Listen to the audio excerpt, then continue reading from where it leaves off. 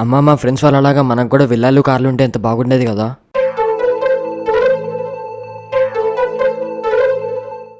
నేను 5 rupees coin అంట, మీ నాన్న 500 నోట్ అంట. హలో 500 రూపీస్, పెద్ద నోటు, ఫుల్ డిమాండ్, లైఫ్ ఎలా ఉంది? ఏముంది, 500 బండిల్ మధ్యన ఒక బిజినెస్ మ్యాన్ లాకర్లో ఉండేవాడిని. సడన్ గా వాడింట్లో రైడ్ పడింది. ఇంకా లంచం పెడుతున్నాను వాడికి ఇచ్చేశాడు. వాడు నన్ను కొన్ని రోజులు లాకర్లో పెట్టి ఒక బిల్డర్కి ఇచ్చి ఇల్లు కొనుక్కున్నాడు. ఆ బిల్డర్ నన్ను తీసుకెళ్లి తన బ్లాక్ మనీ ఉన్న లాకర్లో పెట్టేశాడు. ఏంటో లైఫ్ అంతా ఏదో జైల్లో ఉన్నట్టే ఉంది. సో నువ్వెలా ఉన్నావు 5 రూపీస్? చాలా హ్యాపీ, ఎంతో మందికి ఆనందాన్ని ఇచ్చా. ఒక బిచ్చగాడి చేతిలో పడి వాడి పొట్ట నింపితే ఒక చిన్నపిల్లాడి చేత చాక్లెట్ కొనిచ్చా.